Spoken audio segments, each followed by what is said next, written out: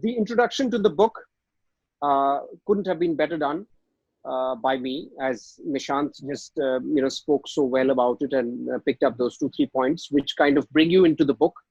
Uh, Let me just the plan is to talk about the book itself and walk you through what are the essentials, what is it that stands out, and the process of the book. Some of these lessons that I picked up and which I thought I would share, and then we would come to what is happening now and how is the book relevant in today's world and going forward, uh, in terms of India's relationship with China, the Nemesis. So when we talk about 1967, uh, the immediate thought is of darkness, because it was never pointed out in history. It was never recorded in history books in India, never told. So my journey started when early on, when I heard the tales of 1967 from my father, who fought in the 1965 war, and he was in Sialkot in Pakistan while he was fighting the war, and he used to tell me the stories of Nathula and Chola of 1967.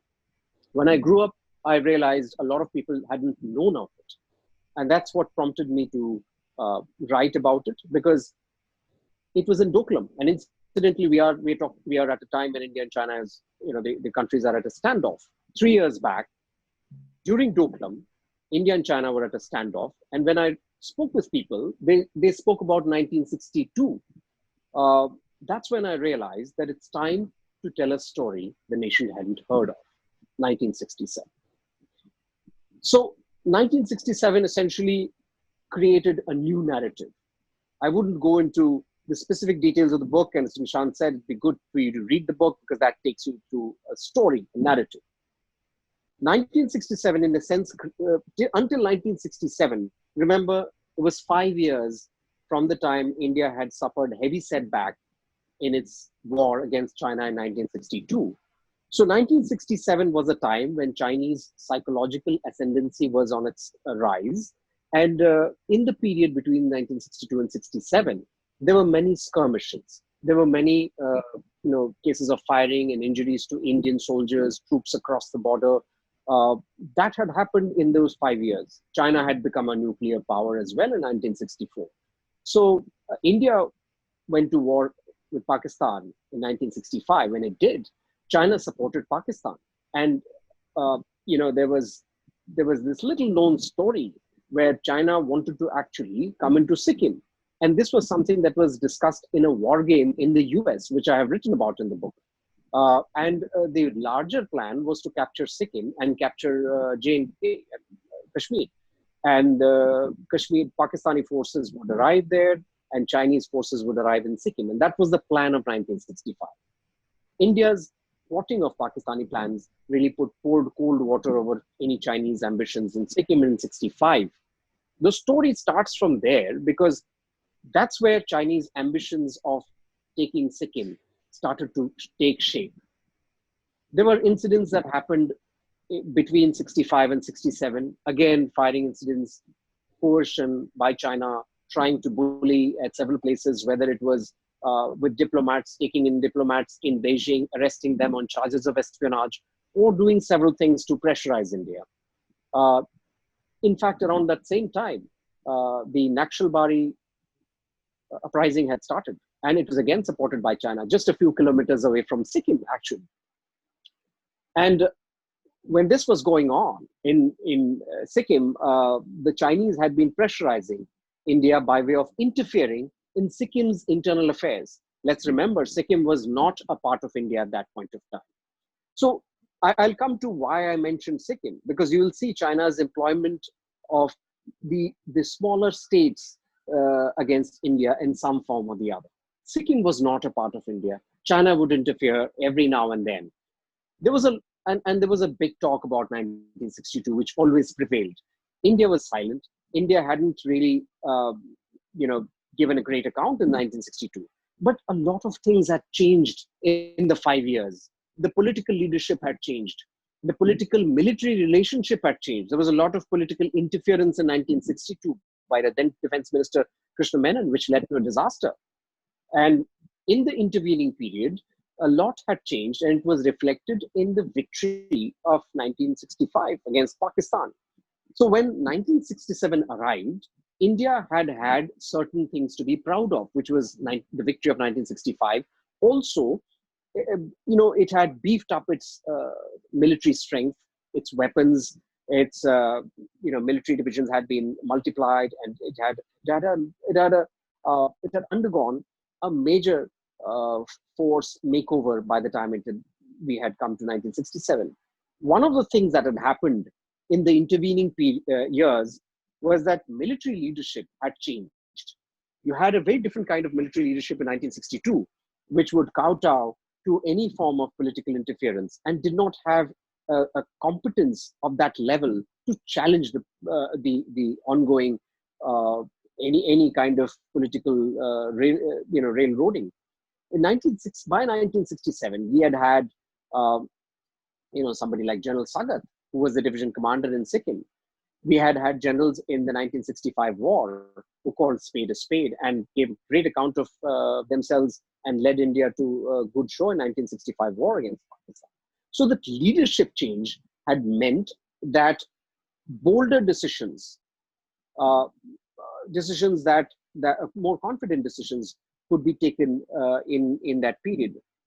We'll come to Nathula and Chola, but what happened before that was the Chinese wanted to pressurize India, would push India on every occasion, whether it was at the diplomatic level or at the military level in Chola and Nathula. General Sagat stood his ground. Again, another little known story is a decision that General Sagat took in 1965 when India was, and that's why I go back to 1965, India-Pakistan war. General Sagat decided, as China was pressurizing India to pull back from Nathula, General Sagat decided to stay put at Nathula. He decided to not give in to Chinese pressure.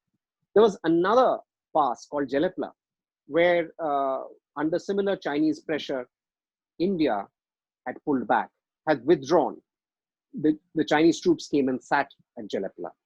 Until today, over 55 years have passed, the Chinese troops still occupy Jelepla, though we have occupied the flanks and dominate the Chinese troops. But the psychological, ascendancy had been grabbed by the Chinese. That was the first step in 1965 when General Sagat did not give the Chinese an inch of land. He stood there.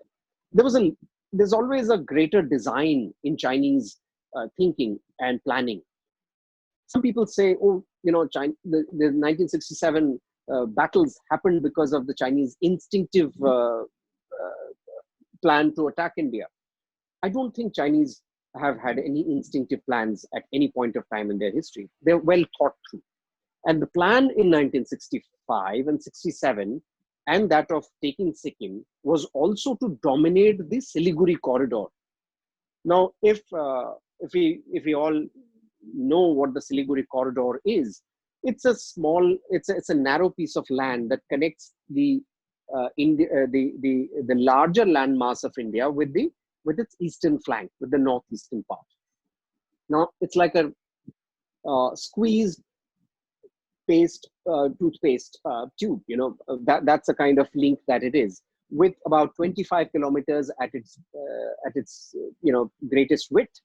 So that is a piece of land that was always India's Achilles heel, because it could be cut off, and you had at that point of time not Bangladesh but Pakistan's eastern flank on the other side. So the whole country, the greater landmass of India, would be cut off from its eastern flank if China were to cut India through the Siliguri corridor. That was a plan that led to the Chinese aggression in the period from 65 to 67. When 67 happened, China was trying to, it had met its match. They had met their match in General Sagat. And General Sagat in that period had given enough indications that he was not going to budge. There was an argument over the demarcation of the line of actual control. Now, I'll come to describe what is a line of actual control. India and China share a boundary of 3,488 kilometers along its west to east span. Now that boundary is disputed at several places. The boundary has three sections: the western section, the middle section, and the eastern section. What you see in Ladakh going on is the western section, and there have been lots of disputes around Aksai Chin, Ladakh, etc. The more peaceful is the central section, where you have, Nepal has been objecting to the Lipu Lake Kalapani issue. But generally, India and China have had a peaceful time. The eastern section is the Sikkim side, where again, India and China have had several disputes, whether it was 62 war and 67 and later. So that being the backdrop, what had happened was that China believes that the line of actual control, which is defined by the Johnson line and the McMahon line, these two are British, diplomats, British, at the time of the English rule, they had been assigned the role of demarcating the maps. And in 1914, when the British and the Chinese, was represented by the Tibetan representative, had met along with the Indian representative. So they had met and decided that the border would be demarcated at a certain point at a certain place along the watershed ridge of the Himalayas, which the Chinese never believed to be true. Their understanding of the border comes from from their ancient belief, which includes Tibet, which includes several other parts, which includes Arunachal Pradesh as well. So that is where the dispute has always been. Coming to Nathula and Sikkim, the point of argument was about General Sagat wanting to define the boundary, because the Chinese would always ingress, come into Indian territory, go back. And it was, they felt that they could go in and come at any point of time.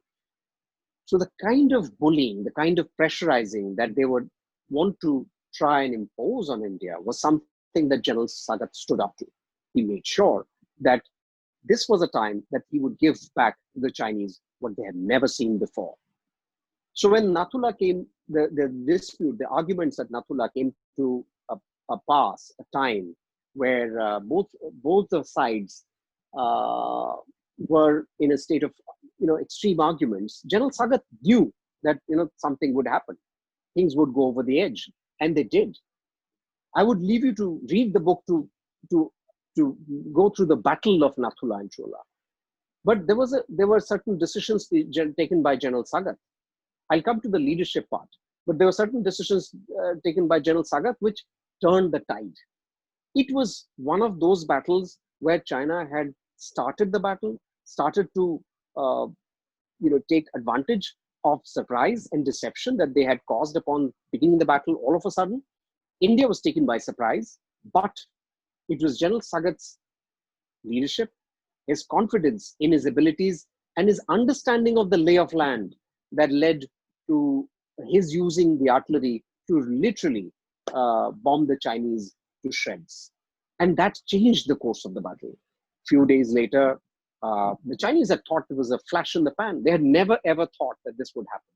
So when the Chola battle happened sometime later, it was like Nishant said a little while earlier, Devi Prasad Limbu's action at the start of the battle that laid the stage for the battle. It again took away the psychological edge from the Chinese. And in a battle, if you are able to inflict, you can inflict injuries, you can inflict fatalities, but the psychological injury that you inflict on the other side stays for a longer time. That was the major takeaway of 1967. Because after 1967, China has never, ever launched into military hostilities against India, barring a stray incident of 1975 when a patrol was attacked and 4 soldiers were killed. Apart from that, India and China never engaged in military hostilities. The immediate impact of 1967, China was always beginning to, provoke its adversaries, its enemies, its neighbors. 69, it went to a battle with Russia, with Soviets, and it again ended up with a bloody nose. It realized that it was not able to deploy its military as effectively as it thought it would. In 1971, therefore, when India launched into then East Pakistan, its forces during the war, and started to make inroads into East Pakistan under the, again, into Dhaka under the leadership of General Sagat Singh. It was the Nemesis of China who had again made inroads into Dhaka. The Chinese didn't move. General Manekshaw, Field Marshal Manekshaw, then the chief of the Indian Army, he had raised an additional corps to take care of the Chinese.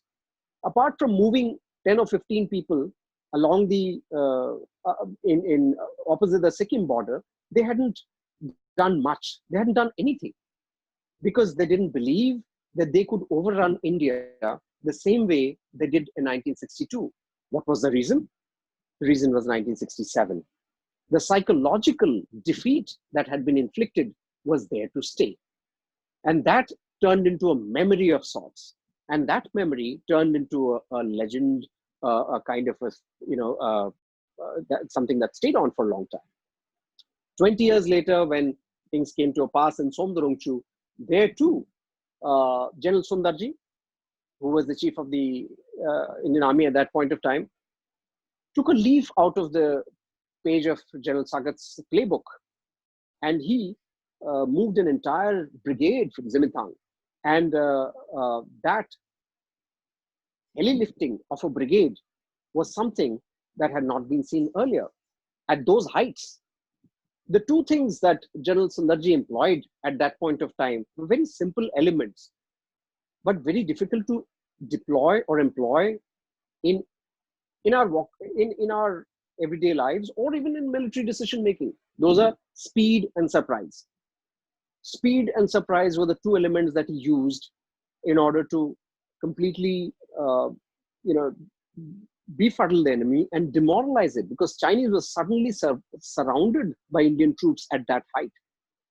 General Sundarji managed to push back the Chinese a few kilometers into their territory without firing a single shot. Now, what was the impact?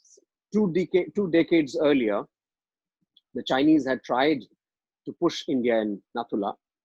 We had been surprised. In 1987, when the Chinese tried to employ similar means, we surprised them by moving our troops there, by surrounding them. What followed was a treaty in 1993 and the protocols in the 2000s. So when you look at the India-China relationship, it has been an era of 53 years of negotiated peace. Peace comes when you establish parity, and parity was established in 1967. Peace would never come because the other side feels merciful on you. That doesn't happen in international relations. And that's why I always say that it's important to study our military history in order to understand how it's important, not just ours, others as well. It's important to understand how parity between nations can be established once both nations agree to a negotiated settlement of their strengths. So that's something that came about in 1967. When you look at the various border protocols that happened in 2000s, the interesting part is that after the border protocols had been signed in the 2000s, you would notice that more number of standoffs have occurred. There have been 4 odd standoffs in Depsang, Chumad, Daulat Beg Oldi, Doklam, and now 5. In fact, there have been multiple standoffs at this point as we speak. But each standoff has been managed by the protocols that were established. And the protocols being that, you wouldn't fire a shot. You would open the banner and say that, please go back, you're in Indian territory. Or the Chinese would say that unfurling a banner, which tells, which is written in Hindi, that go back, you're in Chinese territory. We would do that in Mandarin. Several other protocols have been set in place. So, you also have a hotline. You have local commanders in touch with each other. That has happened because China recognizes that it cannot do the damage that it did in 1962. It was important to talk about the victories of 1967 because every nation must take pride from what it did in the past. And there's nothing wrong. I think in India we have often thought that we've been a little shy of talking about our victories. We've never had if you look at nations such as Australia, if you look at nations, I'm not even talking about the United States, I'm talking about the smaller nations. They take pride in the various battles they fought in the First World War and the Second World War. We have victories in 1971, 1967. We don't talk about them as much as we should. And with Pakistan, we have a greater sense of our history because there is a shared history that we had in the past. With China, the understanding of our history with China is only referenced by 1962. And that's where the importance of 67 plays a part in putting it into context. So that was the part about the book and why 1967, what is the watershed. Now, a quick thought about the name watershed. When you talk about watershed, there are three things why it's watershed 1967. One, as I said, the border between India and China travels along the watershed ridgeline of the Himalayas. Now that's a geographical term, watershed. So you have land divided by the ridgeline that travels, and that's the watershed ridgeline. You also have 1967 as a historical watershed because you can talk about how history, the change of history, the change of narrative post 1967. So it's a watershed in many ways. It's a political watershed, it's a historical watershed, and it's a military watershed. It's a geographical watershed as well. So that's why there is, if you were to describe 1967, it's not about the book. It's about those battles, those brave people who were out there. It's not about you and me as much. It's about we are telling the stories. We are sutradhar, we are historians. We are reading it, but the credit must go to those people who made history that year for us to live peacefully thereafter. It's as much a story of winning the battles as it is about laying down a narrative for peace for 50 years and more. Let's remember, it's about 1/3 of the world's population that lives in this space, and they have maintained a kind of negotiated peace for over half a century. And that's where the credit to Indian forces for establishing that narrative has to be given its due. Insofar as the book is concerned, in creating the book, when I started off, I realized that there was very little written about it. Also, our disclosure norms are not very robust, as in the US. We do not disclose our history. And I go back to my continuing sort of rant about why we don't and why we should. There's somebody who, J.P. Dalvi, Brigadier J.P. Dalvi, who wrote about the 1962 defeat, the Himalayan blunder. That book was banned initially. I don't think people wanted, certain people didn't want the people of India to read that book at that point in time.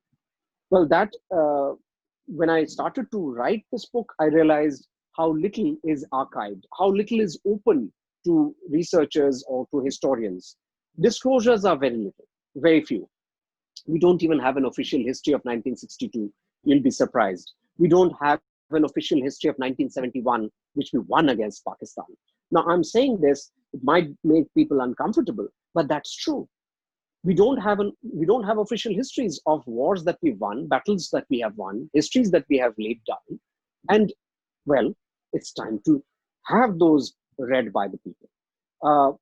So what happened there? I mean, there is a saying in the African, and, there's a saying in the African jungle, till the lion learns to write, the hunter will always write the history of the jungle. So what happened? Because we didn't write our history, Neville Maxwell wrote our history. Somebody else wrote our history and laid the blame at India's door in terms of its conflicts with China, in terms of its war with China in 1962. And that's what happens when you don't write your history, when you don't recall or read your history. And that's what happened to India over the years. Insofar as 1965 is concerned, the war against Pakistan, the history has been written only now. 1971, the history of India's war with Pakistan was written many years later. But still, there is no official history of wars. When I started the process, therefore, it was a combination of picking up the dots. And you'll be surprised, I had no idea about the espionage, about Duane Claridge. I had no idea about the crisis game.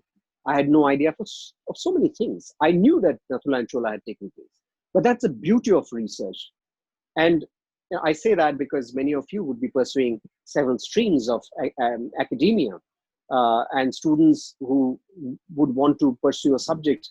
One of the things that I would like to share is that when you start research and you end, you become a different man. I mean, in terms of how you have traveled, the journey is so enlightening. You are able to give yourself so much, and you also end up telling yourself how little you knew. When you thought you knew a lot, you actually knew very little. And that's what happened to me. Because when I started, there were so many dots that I joined. I also spoke with veterans. You'd be surprised. Veterans, Colonel K.B. Joshi, who figures in the story, Narayan Parulekar, who figures in the story, Captain Parulekar, some of the others, Major Bishan Singh, Nathula. I spoke with many of these people. Tinjong Lama, who changed the course of the battle in Chola. I went to, a village in Sikkim and Darjeeling. I went to some village up north. I went to, someone who had retired and lived in a palace because he was a former royal, and he was a general in the Indian Army, or spoke with various analysts, spoke with General K.B. Joshi, whose door I landed up in Dehradun. And when he asked me, what other work do you have? I said, sir, I have traveled all the way from Mumbai just to meet you. He was so happy. He's 95. And he spoke for 5 hours about the Nathula battle and several other things about how they prepared for the battle and the human drama around it. So all of that constituted a process. One of the things I decided to do was to talk about the human drama, the elements of human drama around the book, because otherwise it will be about gunfire and battles. Without human drama, the narrative doesn't become interesting as it should be. So therefore, the background stories of General Sagat, the relationship with the royals in Sikkim, what happened to Hope Cook, and what happened to Palden Thonduk, and how did Devi Prasad Lindu grow up in Nepal? Why did he want to join an army so far away? What happened? Which legends did he get inspired from the Second World War? Several other things occupied my mind in terms of the human drama that kind of dotted the various parts of the story. What happened to Duane Claridge? I mean, where did he come from? Who was he talking to? Which politician was he talking to? You have to read the book. I wouldn't disclose. But there was a politician in India who was also part of the plan in some way or the other between China and Pakistan as they hobnobbed to invade Sikkim and Kashmir. Somebody was in the know. An Indian politician, a very prominent politician, was in the know. I have named him in the book. And again, these are little dots that one had to join to understand, to understand how 1967 arrived and the impact thereafter. There were certain things that were not known to me, which I discovered only after the revelations, so to say. One of the revelations was Sikkim, how little we know of Sikkim in terms of where it was at that point of time, how China wanted to interfere. What was the role of an American princess, American citizen from Manhattan, who had come here and become the queen of Sikkim? How she was, driving decisions in Sikkim. What was the role of the Sikkim king, Palden Thonduk? What was the relationship with the Indian army, and how did it differ?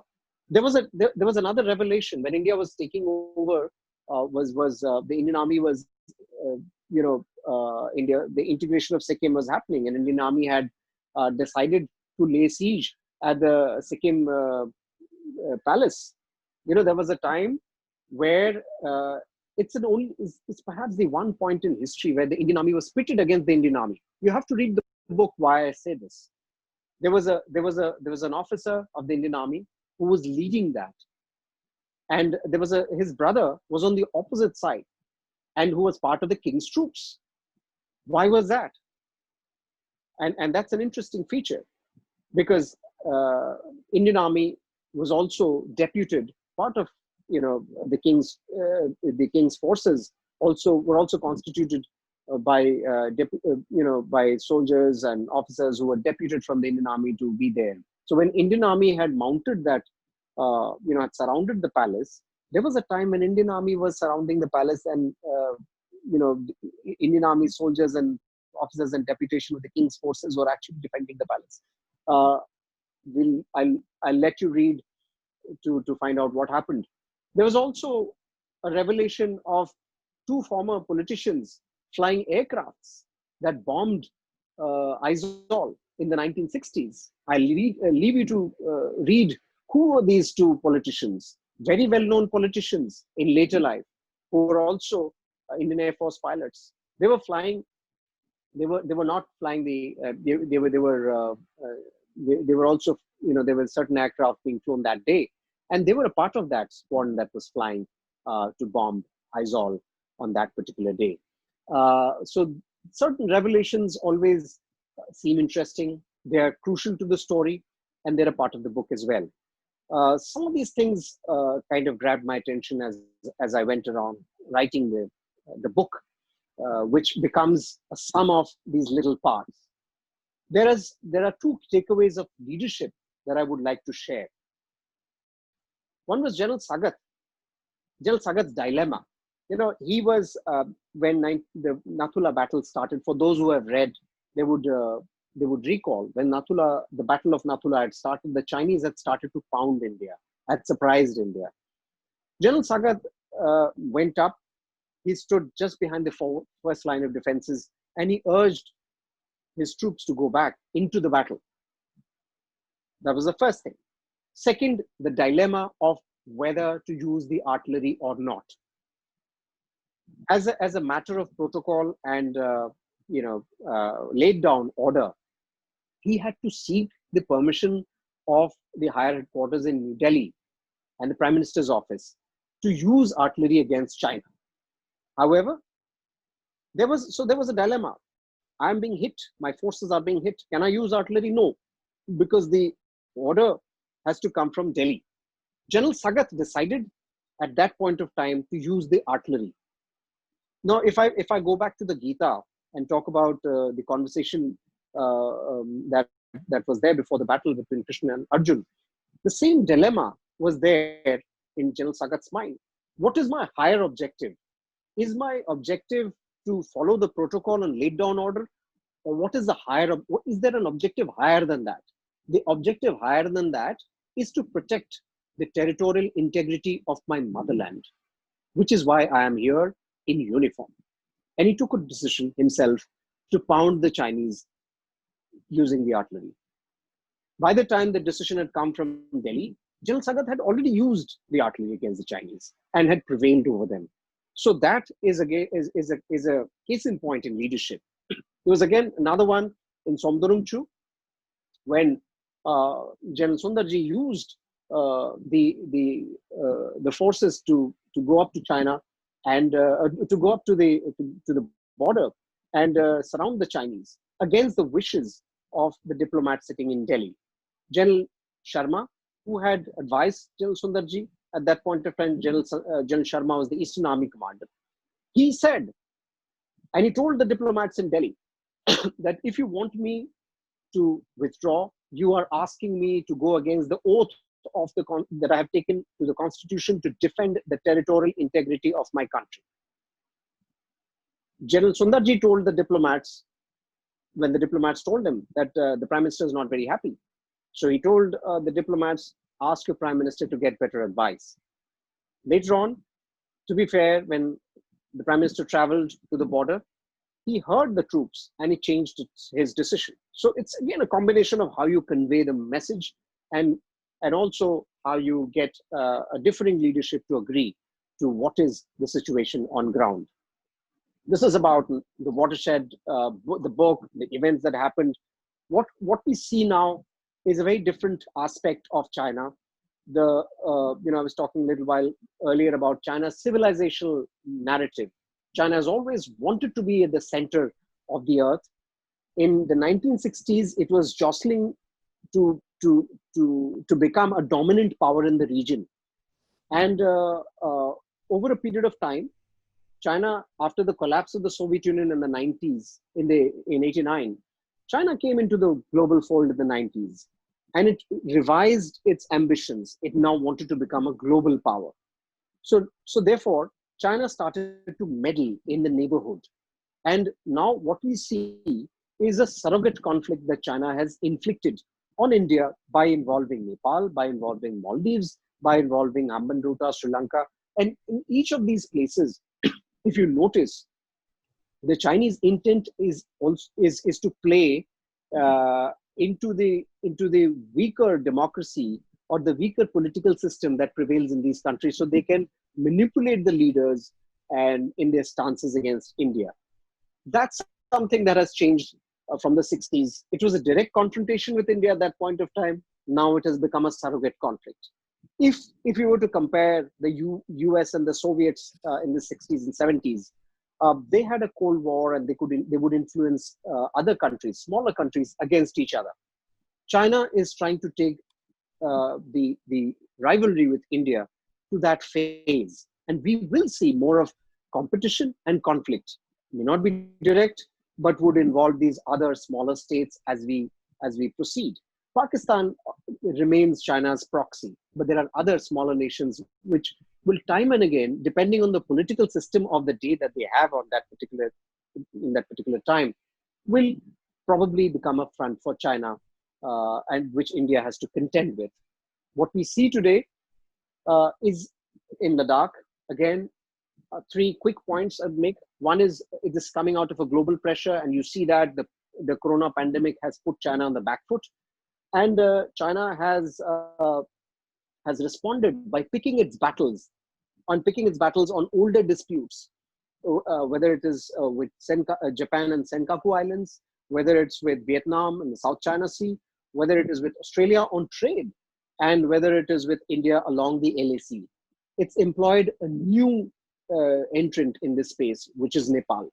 So this is a response that's coming from China, knowing fully well that it's going to face a lot of pressure going forward, and India might play an important part as part of the WHO in terms of the global stance against China. There's also internal pressure.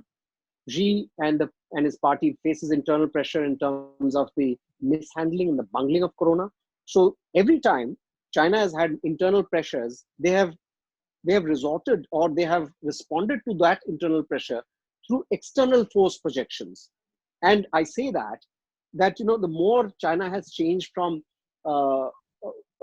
communist authoritarianism to authoritarian communism now, from Mao to Xi, the more it has changed, the more it has remained the same in its understanding of deployment of external forces to fulfill its internal nationalistic ambitions, and to also counter any internal pressures. In 1962, Mao faced a lot of internal pressure. And in mid-60s, there was the Cultural Revolution, which forced Mao to move forward and push India, which led to 67, which led to a battle with Russia, with the Soviets in 69. Similar kind of a strategy, but on a more sophisticated global scale, is again being deployed by China. Internal pressures leading to external force projections. The third thing is of a tactical nature. India is building a road there and DSDBO, and which runs along the LAC. Now, China is scared that infrastructure that India has built over the last 7-8 years has actually enabled Indian troops to ramp up presence in those places. Sukhoi 30s were flown very close to that area, and which could take off from the Leh airfield. India could move very quickly given the improved infrastructure that it has. That is one of the things that rattles China today, and that is why they chose Ladakh as a point of standoff. They've had old standoffs around that place. The Pangong Tso Lake in Ladakh had been. We forget when we talk about Doklam in 2017. We forget that Pangong Tso also was a place where the troops of both sides had come to blows. So China, because at that point of time, China believed that they could push India again multiple places. Pangong Tso is a place where the boundary of the LSE runs through a lake. 1/3 of the lake is with India, 2/3 is with China, and also China is trying to build roads around that place in their own territory, because those roads will enable them to oversee the Indian infrastructure development here. It certainly is rattled by that tactical aspect. So these are three things that lead to us looking at the scenario today. What will happen? Well, I had a discussion in the morning with another set of panelists, and I reiterate this again here today, that with the world at its throat, China simply cannot afford a war.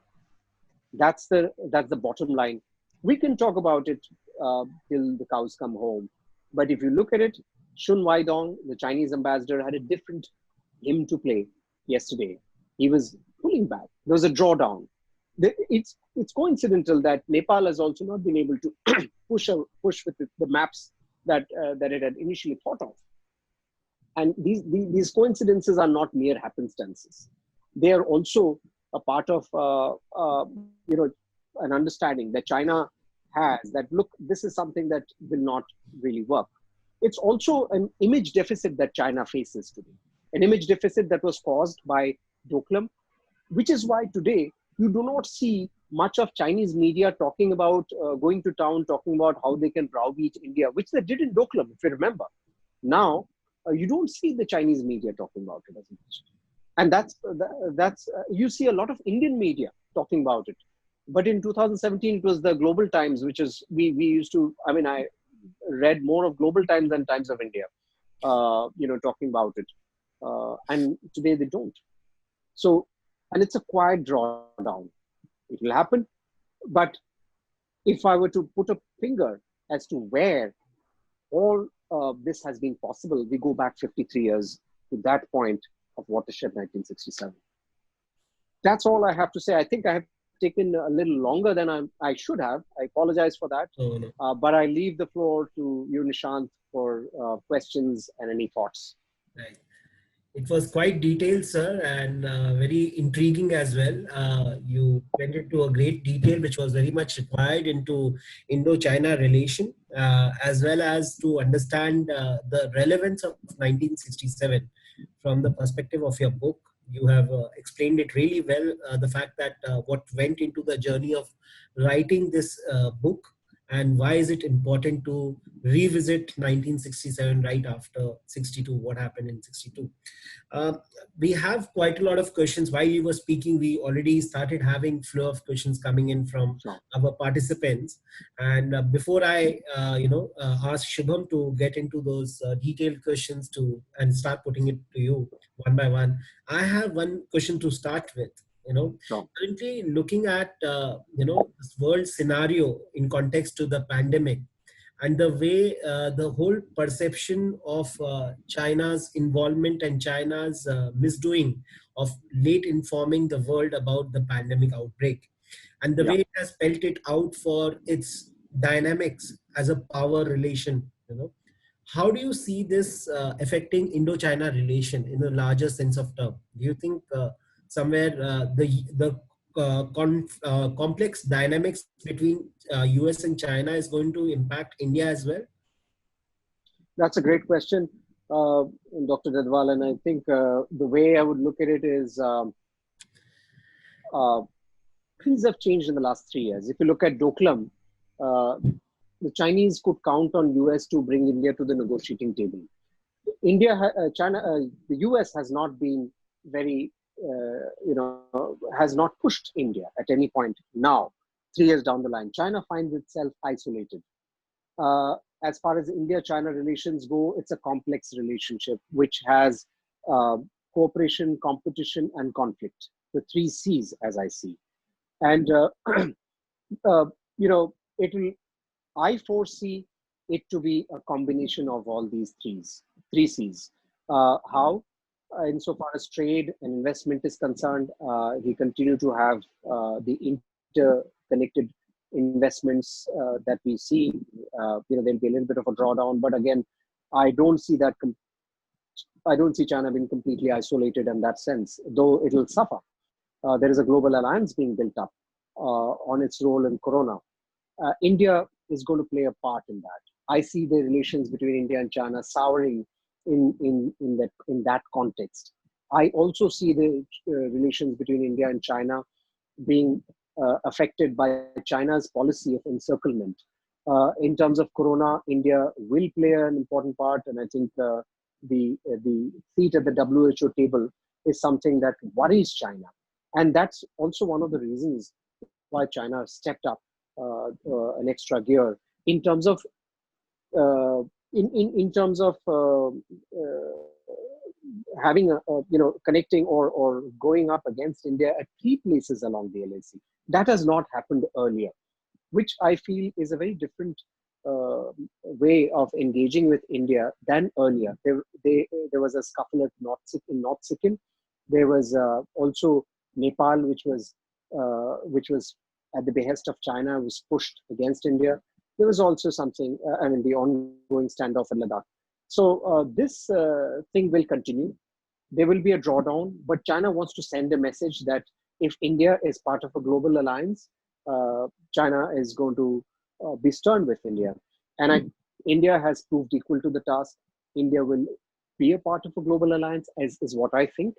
And at the same time, the idea uh, here, the way forward, I think, is that each side will try to extract as much concession as possible. China will try to get India out of a global alliance, and India will want China to not play a part in putting up smaller nations against India. I think somewhere this tussle will continue going forward. But since they are neighbors and they're not countries set as much apart as China and USA, we'll see a lot more interplay between these two nations going forward into the future.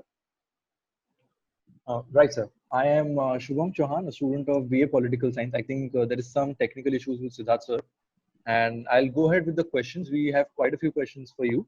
The first Sure. one is from Pashupati. He's asking, China hasn't seen any active battle in the last few decades. So if there was to be a comparison between Pakistan and China in military preparedness, would you say that Pakistan has a better preparedness? Right. So, thank you. It's a very interesting question. I think there are two parts to it. One is the in today's wars, the importance of technology, the importance of the sophistication of aircrafts and the sophistication of the various military equipment that you bring in is very vital. And in that, I think there is the comparison between China and Pakistan wouldn't be proper, because Pakistan doesn't have the size of military that China does. A, B, Pakistan, you're right, Pakistani military has been engaged in the last few decades with India on several counts, whether it was Siachen, Kargil, and in the smaller skirmishes, or in working or in pushing militancy and terrorists into India. Chinese army, in contrast, has not been battle hardy. After 1962, they haven't won a single battle. 1967, they lost against the Soviets in Usuri, they lost, and in Vietnam in 1979.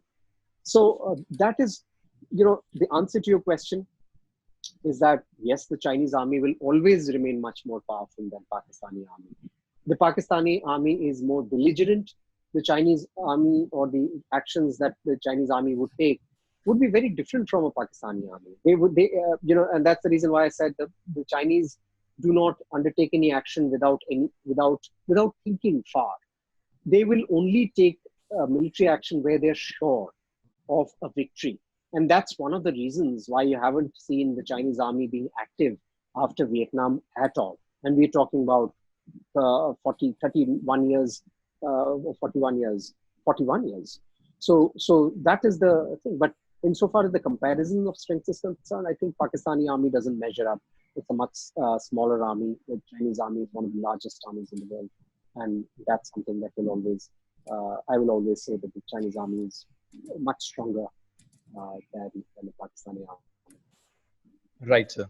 And his second question is, China has been expanding in its financial infrastructure in Pakistan using CPEC. Is there a probability in the near future that the Chinese may attack India in the Western theater? It's a worrying cause that the Chinese have been building that CPEC into Pakistan and therefore have infrastructure to really move their armies, their troops along that line. But let's also remember that soon the way Pakistan is going, I do not know whether the CPEC will stand the test of time, because the debts that Pakistan has played itself into is far too much to really emerge out unscathed from. So that way the state of Pakistan is in a state of disarray, and the Chinese will have a greater footprint in Pakistan over a period of time. Insofar as China support Pakistan from the Western theater. Well, I think that question was decided in 1965 when the Chinese spoke. I've written about in the book that they have very different kind of thinking. The Chinese wanted the Pakistani armed forces to fight a longer war with India, and when President Ayub Khan was told that can you fight a longer war with India, he at that point of time he said no, we don't want a longer war with India because I don't think we can afford it. So as far as using Pakistan is concerned, that that ended that story. The story ended there. However, to your point, the ongoing hobnobbing between China and Pakistan is certainly worrying.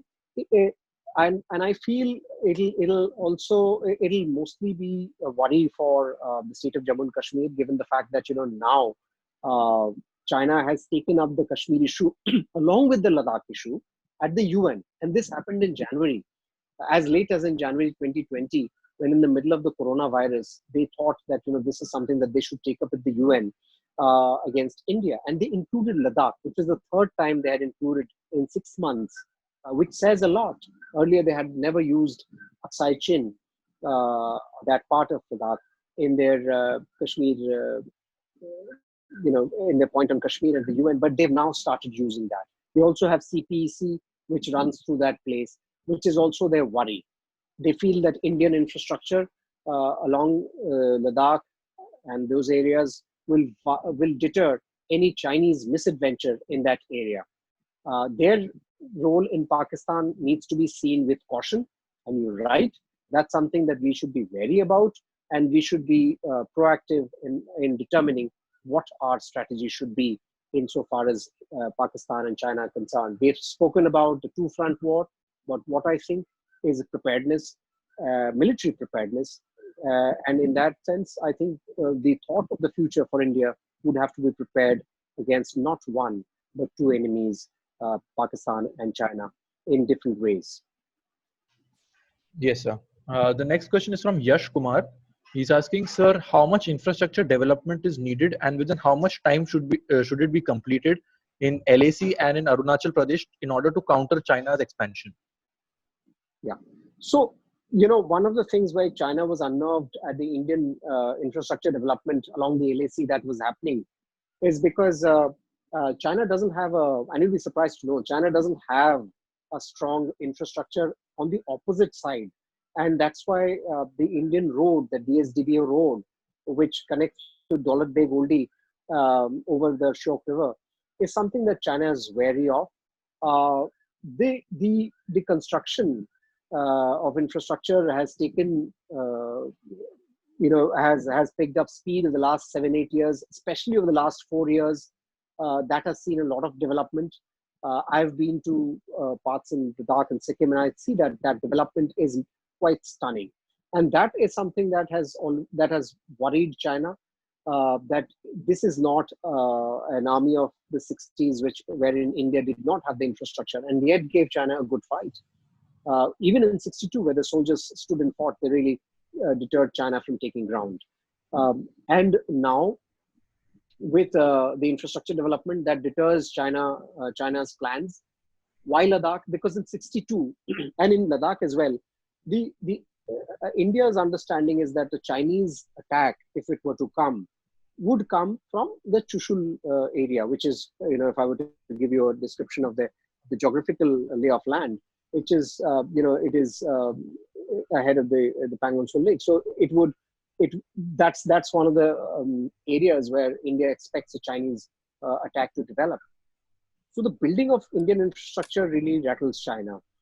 The infrastructure is built up over the last many years, and as we speak, to your question, I don't know how many years, but I think we are in the speed at which Indian infrastructure is gathering pace in its build-up is something that certainly concerns China. I put it on the, I'll sort of flip it the other way. It concerns China, and that is why I would think the infrastructure construction is going on at a good speed. It covers the areas. It also allows a greater time of acclimatization of troops who are pulled into that area, and that also worries China, because you have better infrastructure. You're able to pull troops into that area far more easily and allow them a longer time of acclimatization, or allow them a quick deployment with a shorter time of acclimatization.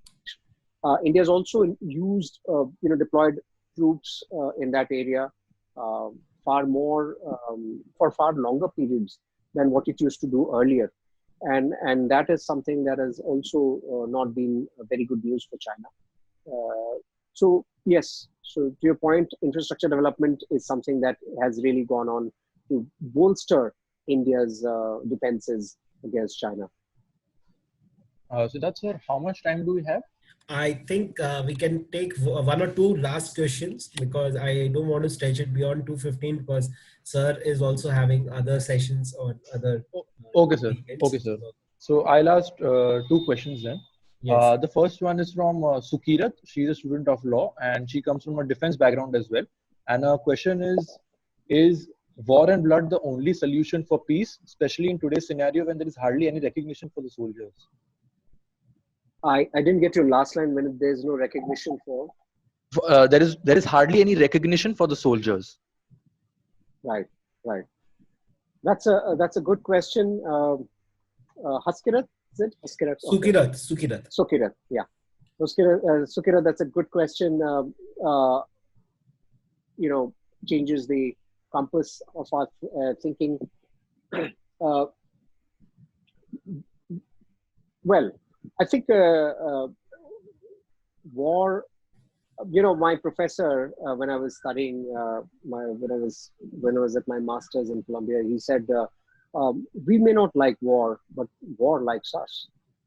It has always, tailed us right from the start of history, and war is not something a soldier likes to go into unless there is a need to defend the nation. So that is at the tactical level. So if there is a war, you will have the Indian Army defend every inch of territory in the way it has done in the past. Laying down lives. That's happened in the past. It's for the country to recognize.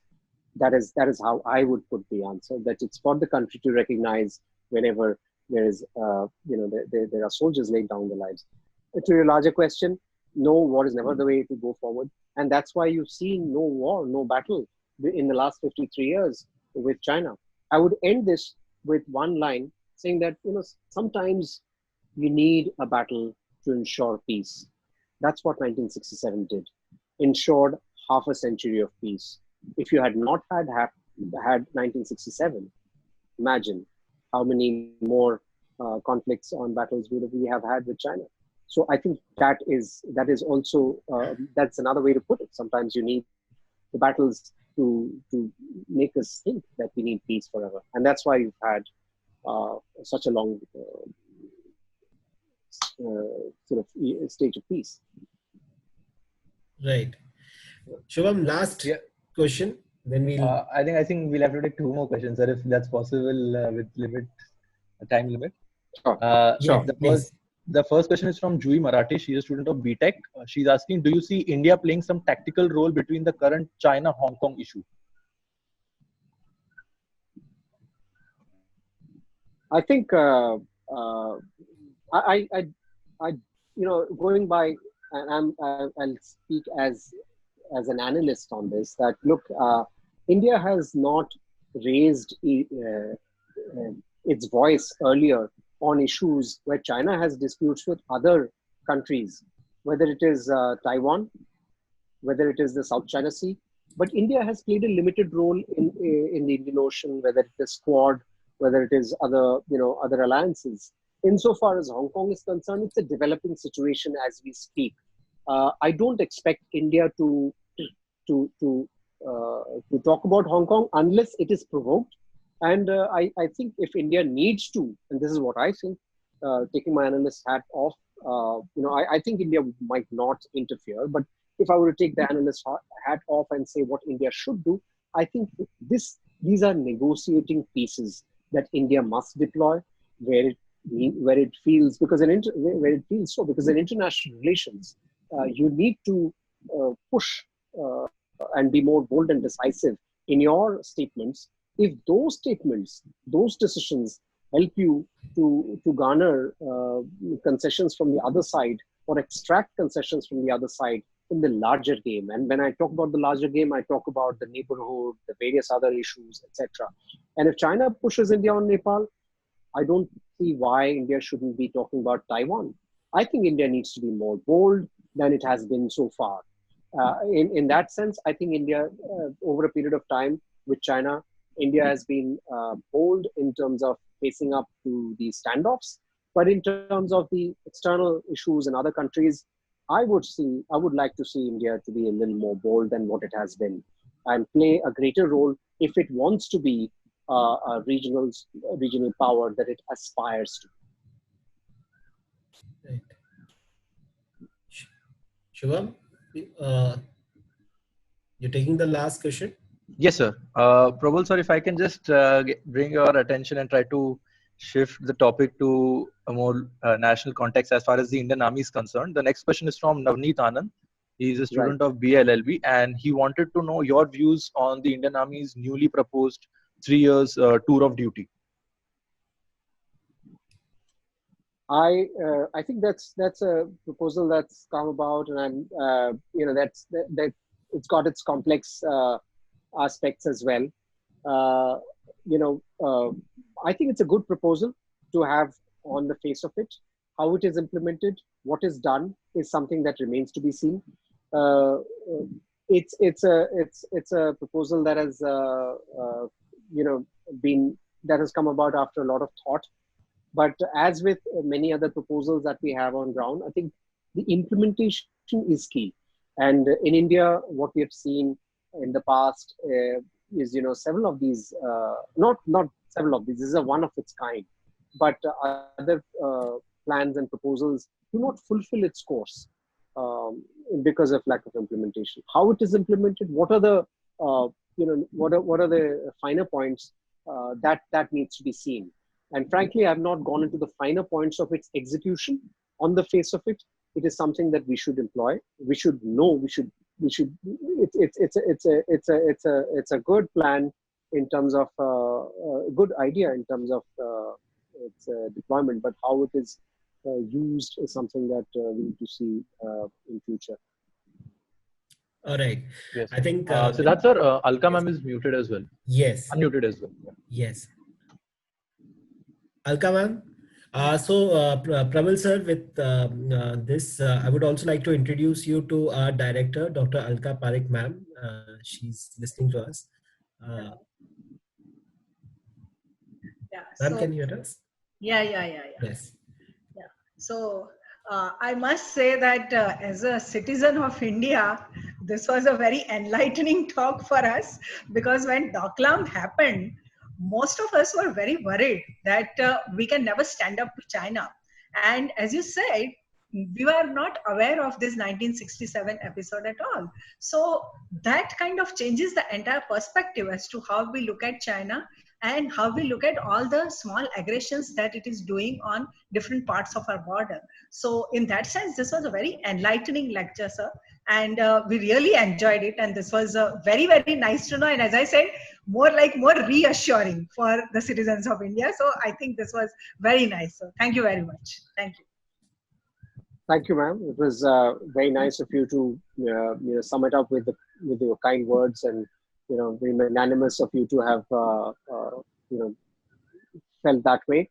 I'm very happy that you've enjoyed the session.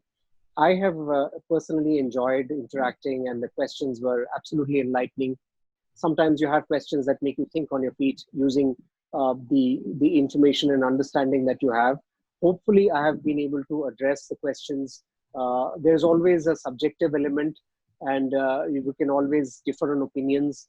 But at the same time, at the end of it, I learn as much as you do. In fact, I learn more, and that's why I said at the outset, I was mentioning to Dr. Dadwal that one of the things I was looking forward to was to speak here at the session, because I love interacting with students for the passion that they bring in for any subject. And this is a subject that's very close to my heart, professionally and personally. And that's why it was enlightening to be here discussing and interacting with you. Thank you very much, ma'am, and thank you, Dr. Dadwal. Thank you so much, sir. On behalf of Amity Institute of Liberal Arts, I thank Probal Dasgupta, sir, for taking out time from his busy schedule and speaking to us in such a great detail and on such a relevant topic in a time where Indo-China relations are seeing some complex situation at the moment. We definitely hope that all of you got a great insight into the relation of Indo-China from this talk, and we are looking forward to hosting sir very soon in near future in our university for a much greater detail, intellectually stimulating session where we might be engaging in much diverse issues relating to Indo-China relation. So with this, I would like to conclude today's session. Thank you so much, sir, once again for taking out time for us. Thank you. Thank you very much. Appreciate it. My pleasure.